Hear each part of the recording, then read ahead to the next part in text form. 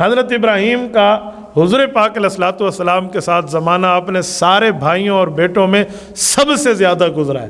حضور علیہ السلام کے پہلے بیٹے جو 2 ہیں وہ شیر خواری بچپنے کی عمر میں گئے ہیں، اور یہ 2 سے 3 سال کی عمر شروع تھی، 2 سال تقریباً تھی، یہ اس وقت دنیا سے گئے ہیں۔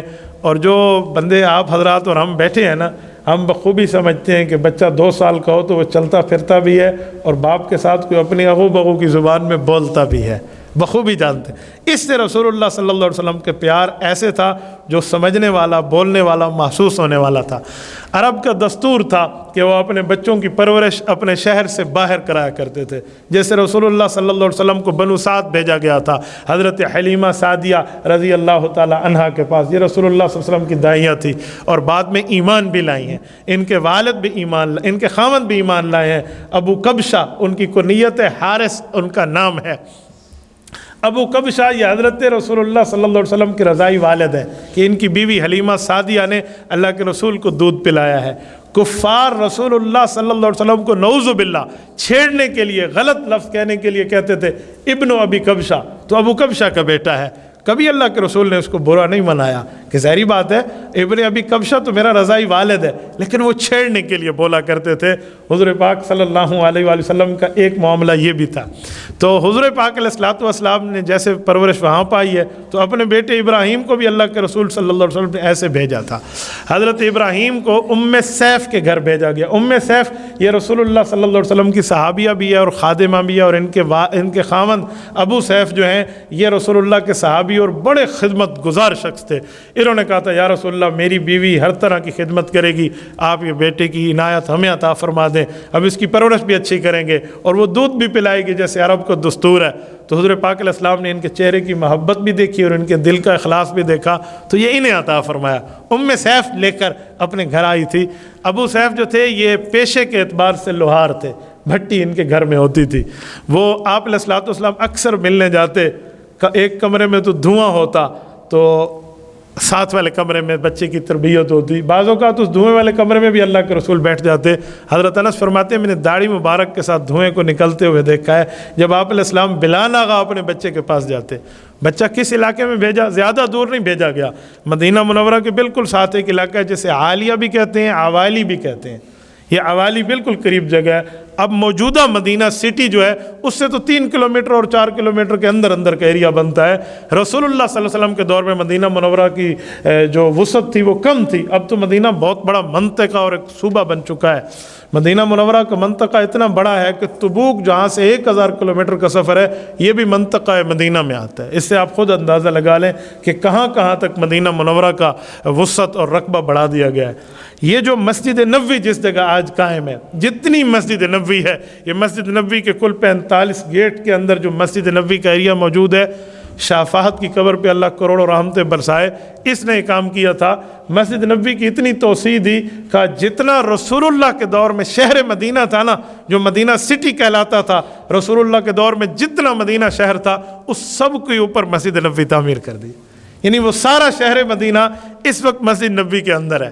اگر کوئی رسول اللہ صلی اللہ علیہ وسلم کے دور کا مسجد نبوی میں مدینہ منورہ پورا دیکھنا چاہے تو ایک بار مسجد نبوی گھوم لینا موجودہ دور کی، تو گویا اس نے حضور کے دور کے پورے مدینہ منورہ کا چکر لگا لیا ہے۔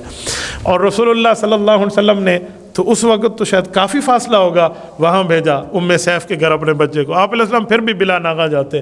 بعض اوقات ایسا ہوتا حضور پاک علیہ السلام جاتے تو بچے سے بچے کی انداز میں گفتگو کرتے۔ ایک بار حضرت ابن عباس ساتھ ہیں، ایک بار حضرت انس ساتھ ہیں، ایک بار حضرت عبد الرحمن بن عوف ساتھ ہیں، کئی بار ایسا ہوا ہے۔ جب آخری بار بچے کی بیماری تھی، تکلیف میں تھی، تو حضور پاک علیہ السلام کو اطلاع تکلیف کی نہیں تھی۔ حضور علیہ السلام ویسے ملنے کے لیے تشریف لے گئے تو ام سیف نے دکھایا نا آپ علیہ السلام کو بیٹا، تو اس وقت حدیث پاک میں والولد یتتعتع، ان کی سانس مبارک اکھڑ چکی تھی۔ تو آپ علیہ السلام نے سمجھ لیا اس کے چہرے سے اس کی وفات کے اثرات کو، تو اس سے مانگا اور اپنی گود میں رکھا، اور اس بیٹے کے اوپر آپ علیہ السلام نے شفقت کے لیے بطور چند باتیں کہیں اور پیار کے طور پہ حضرت ابراہیم کو بوسہ دیا۔ اور ان کی سانس جب اکھڑی نا وفات کے وقت، تو حضرت رسول اللہ کی آنکھوں سے آنسو جاری ہوئے۔ آپ علیہ السلام رونے لگے تو داڑھی مبارک سے جب آنسو گرا نا، تو حضرت عبد الرحمن بن عوف ساتھ تھے۔ حضرت انس کہتے ہیں عبد الرحمن بن عوف سے رہا نہ گیا، انہوں نے اس وقت بھی ایک دینی سوال کیا کہ یا رسول اللہ، دنیا کے اوپر بھی آپ روتے ہیں، آپ کی آنکھ میں آنسو ہیں، یعنی بظاہر تو دنیا کی تکلیف ہے نا، کوئی دین کا مسئلہ تو نہیں تھا. تو حضرت رسول اللہ صلی اللہ علیہ وسلم نے فرمایا عبد الرحمن، یہ اللہ کی طرف سے والد کے سینے میں جو ایک رحمت ہوتی ہے نا، یہ اس کا اظہار ہے، یہ دنیا کا مسئلہ نہیں ہے. اس وقت بچے نے آخری سانس لی تو حضرت رسول اللہ صلی اللہ علیہ وسلم انتہائی غمگین تھے. آپ علیہ الصلوۃ والسلام رو رہے تھے اور فرمایا وَإِنَّا لَا نَقُولُ إِلَّا مَا يَرْضَى رَبُّنَا، میرا بیٹا میں کبھی وہ جملہ نہیں کہوں گا جس سے میرا اللہ ناراض ہو جائے، یعنی تقدیر کے خلاف نہیں بولوں گا، رب کی رضا پہ میں راضی ہوں. إِنَّ الْعَيْنَ تَدْمَعُ وَالْقَلْبُ يَحْزَنُ، آنکھ کا کام رونا ہے، آنکھ آنسو بہا رہی ہے، دل رو نہیں سکتا لیکن دل غمگین بہت ہے. یہ لفظ الگ، وَالْقَلْبُ يَحْزَنُ کہ دل رو نہیں سکتا لیکن دل حزین اور غمگین بہت ہے. فَإِنَّا بِفِرَاقِكَ لَمَحْزُنُونَ، بیٹا ابراہیم تو جا رہا ہے لیکن اپنے باپ کو غمگین چھوڑ کے جا رہا ہے. ان کی وفات ہوئی ہے حضور پاک علیہ السلام کے ہاتھوں. آپ علیہ السلام نے ان کا جنازہ پڑھا ہے. جنازہ پڑھنے کے بعد ان کی قبر مبارک کی جب بات آئی تو حضرت رسول اللہ صلی اللہ علیہ وسلم نے مسجد جنت البقیع میں حضرت عثمان بن مظعون رضی اللہ عنہ کے ساتھ ان کی قبر مبارک کو رکھا گیا. ان کی قبر میں جب اترنے کی باری آئی تو حضرت زید ابن حارثہ اترے رضی اللہ عنہ. فضل ابن عباس کا نام بھی آتا ہے رضی اللہ عنہما اور حضرت زید ابن حارثہ کا، کیونکہ حضرت زید ابن حارثہ وہ ہیں جن کو اللہ کے رسول نے اپنا بیٹا بنایا ہوا تھا. زید ابن محمد انہیں کہا جاتا تھا، اور یہ غلامی کی حیثیت میں آئے تھے. جب باپ ان کو چھڑانے کے لیے پیسے بھی لے کر حضور کی خدمت میں آیا تو اللہ کے رسول نے فرمایا پیسے ہمیں نہیں چاہیے، زید جانا چاہتے ہیں تو اپنے ساتھ لے جاؤ. انہوں نے کہا کوئی بیٹا بھی باپ کے ساتھ نہیں جائے گا. حضور علیہ السلام نے زید کو بلایا، کہا زید جانتے ہو کہ جی میرے ابو ہیں اور میرے چاچو ہیں، میں ان کی گود میں پل کر جوان ہوا ہوں. باپ ملا، رونے لگا. بیٹا علاقے میں آپ کے دوست، آپ کے احبا، آپ کے رشتہ دار، آپ کی ماں بہت آپ کو یاد کرتی، آپ چلیں. کہا ابو یہاں ملانے کی ترتیب بنا لیں، میں یہاں سے نہیں جاتا. تو باپ نے کہا بیٹا غلامی کی زندگی قبول کر رہے ہو، آزادی کی زندگی نہیں چاہیے. تو حضرت زید ابن حارثہ نے اس وقت بچپنے میں ایک تاریخی جملہ فرمایا تھا کہ ابو محمد کی غلامی پہ ہزاروں آزادیاں قربان ہیں صلی اللہ علیہ وسلم، اس غلامی پہ لاکھوں آزادیاں قربان ہیں. تو باپ اس وقت سمجھا کہ محبت کسے کہتے ہیں، کہ اچھا میرے بیٹے کے ساتھ اچھا رہنا. آپ علیہ السلام نے فرمایا جی ہاں. اس وقت حضور علیہ السلام باہر نکلے اور حضرت زید ابن حارثہ کا ہاتھ پکڑ کے فرمایا آج کے بعد زید ابن حارثہ نہ کہنا، زید ابن محمد کہنا. ایک وقت یہ چلتا رہا معاملہ.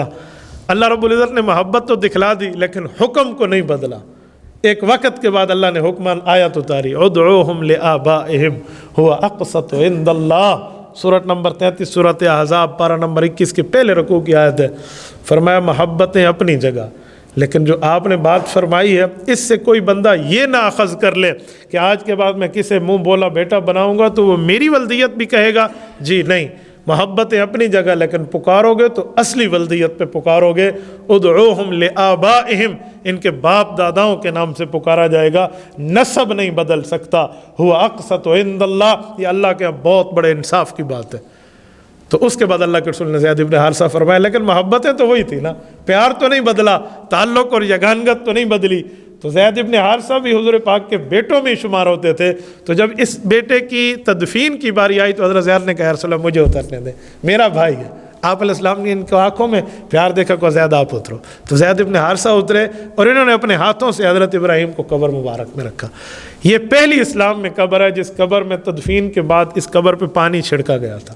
صحابہ کہتے ہیں اس سے پہلے یہ ترتیب نہیں تھی کہ قبر کے دفن کرنے کے بعد اوپر پانی ڈال دیا جائے مٹی پر. یہ مسنون طریقہ ہے، یہ مسنون طریقہ حضرت ابراہیم سے شروع ہوا. آپ علیہ السلام مسجد نبوی واپس آئے تو سورج گرہن ہو چکا تھا. رسول اللہ صلی اللہ علیہ وسلم نے 2 رکعت سورج گرہن کی طویل نماز پڑھائی ہے. یہ نماز کسوف لمبی پڑھائی جاتی ہے سورج گرہن کے لیے. تو آپ علیہ السلام نے یہ طویل نماز پڑھائی ہے اور سلام جب پھیرا تو صحابہ میں سے کچھ لوگوں نے اور خواتین صحابیات میں سے کچھ عورتوں نے پیغام بھجوایا کہ واقعی بڑے بندے کی وفات پر سورج کو گرہن لگتا ہے. تو آپ علیہ السلام نے ان کا عقیدہ درست کرنے کے فرمایا جی نہیں، ایسی بات نہیں ہے. ان الشمس والقمر آیتان من آیات اللہ لا یخسفان لموت احد ولا لحیاتہ. کہ یہ عقیدہ نہ رکھنا کسی کی موت کی وجہ سے سورج اور چاند کو گرہن لگتا ہے. جی نہیں، یہ اللہ کی نشانیوں میں ایک نشانی ہے جس کی نشانیوں کو اللہ ظاہر کر دیتا ہے.